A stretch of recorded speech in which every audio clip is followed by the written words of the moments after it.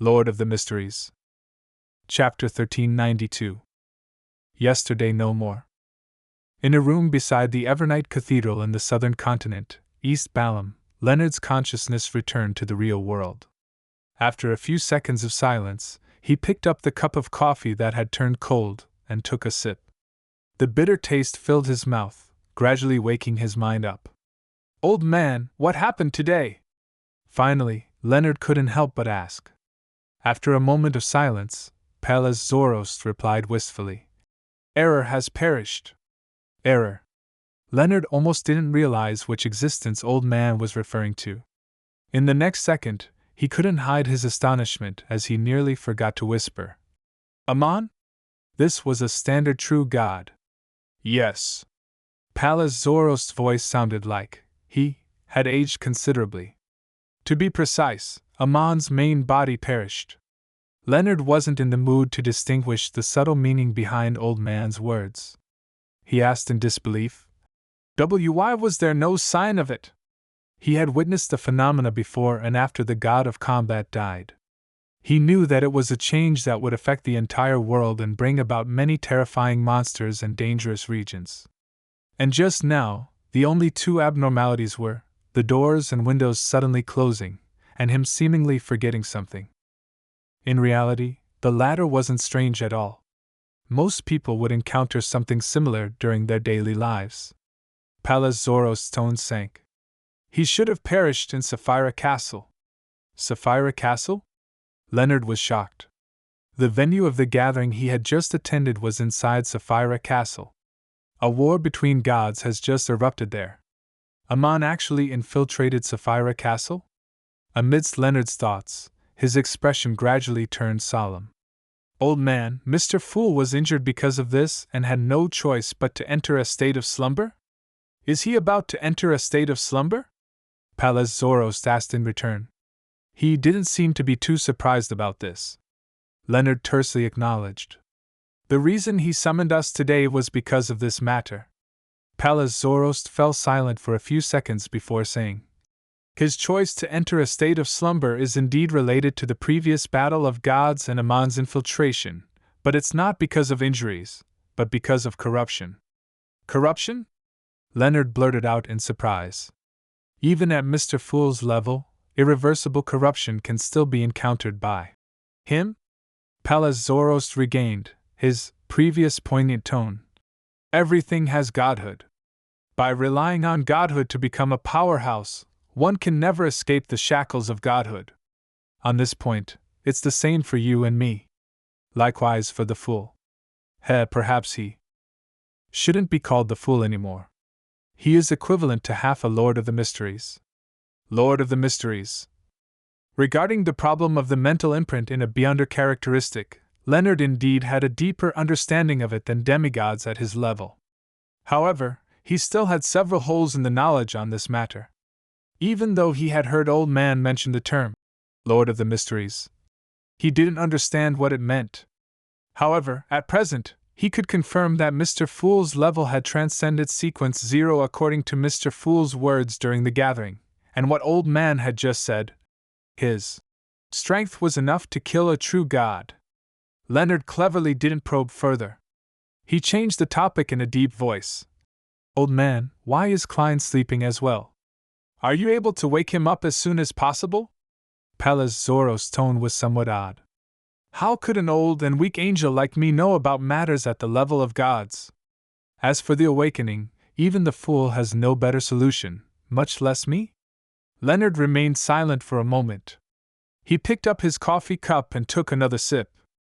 After a while, he asked hesitantly, "Old man, do you have any way of stealing the artistic flair of others?" Pallas Zoroast scoffed. "The definition of artistic flair is vague with no clear categorization. There's no way to steal it. However, if you change it to natural talent, there's a way." "Forget it." Leonard ultimately couldn't do anything about stealing the natural talent of others to help him resolve his problem. Pallas Zoroast added with a smile, "If you can't accept this method, then you can find a natural talent that you want of someone who's very poor. Make a deal with him and give him the money he wants to exchange for the corresponding natural talent." It's a little like a deal with the devil, Leonard commented objectively. Pallas Zoros chuckled and said, There's another simple solution. That is to spend money to hire naturally talented people to help you resolve the corresponding problems. Old man, why didn't you say so earlier? Leonard instantly saw hope. Pallas Zoros scoffed. You didn't manage to think of something that simple? I thought you had eliminated this option before consulting me. Leonard ignored Old Man's mockery. After some serious thought, he felt that this idea was indeed feasible. However, he soon felt a little guilty and uneasy, as if he was avoiding his responsibility. Regarding this matter, I still have to do something personally. Apart from inviting someone to write songs and poems, I have to write a little. With this in mind, Leonard suddenly stood up and walked to the door. Where are you going? Pallas Zoros asked in surprise. Leonard frowned slightly as he said firmly, I'm going to the nearby bookstore to buy some poem anthologies. Ever since he advanced to Nightmare, he had given up the collection of poems he had bought in the past, making most of them nothing but decorations.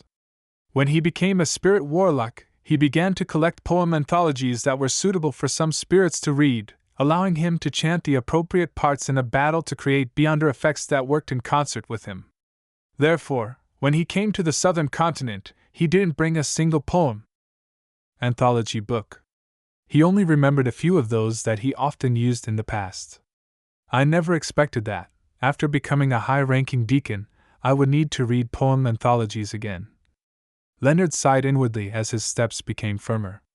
Pallas Zoros had never imagined that Leonard's next step would be to buy poem anthologies. After a while, he probed, Is this an order from the Fool? Yes, for promoting the corresponding legendary stories, Leonard answered simply as he opened the door and walked out. Pallas Zoros fell silent once again before saying, Apart from writing poems, you have to pay more attention to the besiegement of the Rose School of Thought. Leonard walked down the stairs and entered the streets. He looked at the pedestrians and nodded gently. Yes. At that moment, as he walked towards the bookstore, he felt as though he had returned to Tingen, back to the time when he was still a midnight poet. At that time, he had also walked along the bustling streets, preparing to buy a copy of Classical Poems Anthology of the Lone Kingdom and Selected Poems of Roselle Backlund, at the Harvest Church south of the bridge. After Emlyn White regained his senses, he found himself standing in front of a window. The sun was already dim outside, and the flowers were flourishing. His feelings towards Mr. Fool's slumber were slightly different from the other Tarot Club members. Other than heaviness, poignancy, sadness, and confusion, there was also the confidence that things would end well. Internally within the Sanguine, some of the marquises and earls were rather old. Even though they lived longer than most demigods at the same level, they were still in advanced stages of their lives. At this time, they often chose to sleep and used similar methods to extend their lifespans. The effects were pretty good. Therefore, Emlyn had long been accustomed to matters regarding slumbers. He knew that it wasn't equivalent to passing away, nor was it equivalent to perishing. He believed that if the correct solution was found, Mr. Fool would have a high chance of waking up. He looked out the window and muttered to himself, Mr. Fool has entered a state of slumber, and the ancestor's revelation is often interfered with. It's obvious that she can't provide help frequently. After a brief silence, Emlyn sighed silently. Indeed. In the end, I have to face it myself and bear it. This is the destiny of the Messiah. At the mention of the word Messiah, Emlyn clearly smiled with a self-deprecating hint. He then repeated inwardly, I can only rely on myself. Just as this thought flashed through his mind, Father Yutravsky's voice sounded behind Emlyn. Time to set off. Emlyn turned his head and saw a huge sword on the back of the priest dressed in brown priest robes. The sword's length exceeded Emlyn's height, and its width was close to his waist. Together with Father Yutravsky's hill-like body, the terrifying pressure felt corporeal. As a sanguine earl, Emlyn recovered from his stifled feeling and nodded gently. Okay. Today, they would head to the southern continent to participate in the besiegement of the Rose School of Thought. Just as he replied, Emlyn suddenly recalled something and hurriedly said, "Wait for half a day." He wanted to gather most of the Sanguine in Backlund to discuss the pharmaceutical company. Bishop Utravsky didn't ask anything and nodded. "Come find me when you're ready." After watching Father Utravsky enter the depths of the cathedral, Emlyn turned his head to the Sanguine that were following him to the southern continent. "Inform all the Sanguine in Backlund to come over. There's something we need to discuss." "Yes, Lord Earl," the Sanguine replied respectfully. After they split up, Emlyn turned his head to look at the altar and the sacred emblem of life in front of the cathedral. It was a simply drawn infant that was surrounded by symbols like wheat, flowers, spring water, and other symbols. This made Emlyn's thoughts suddenly turn adrift. He had forgotten when he started spending less time in his bedroom, spending less time with his dolls. Even his hobby of studying history became more targeted and efficient. This change didn't take form in an instant. Instead, it was slowly formed over time. It was something that made it difficult for others to notice. By the time Emlyn discovered it, he had already adapted to this new life. Emlyn retracted his gaze, raised his chin slightly, and shook his head with a smile. "This is the destiny of the Messiah,"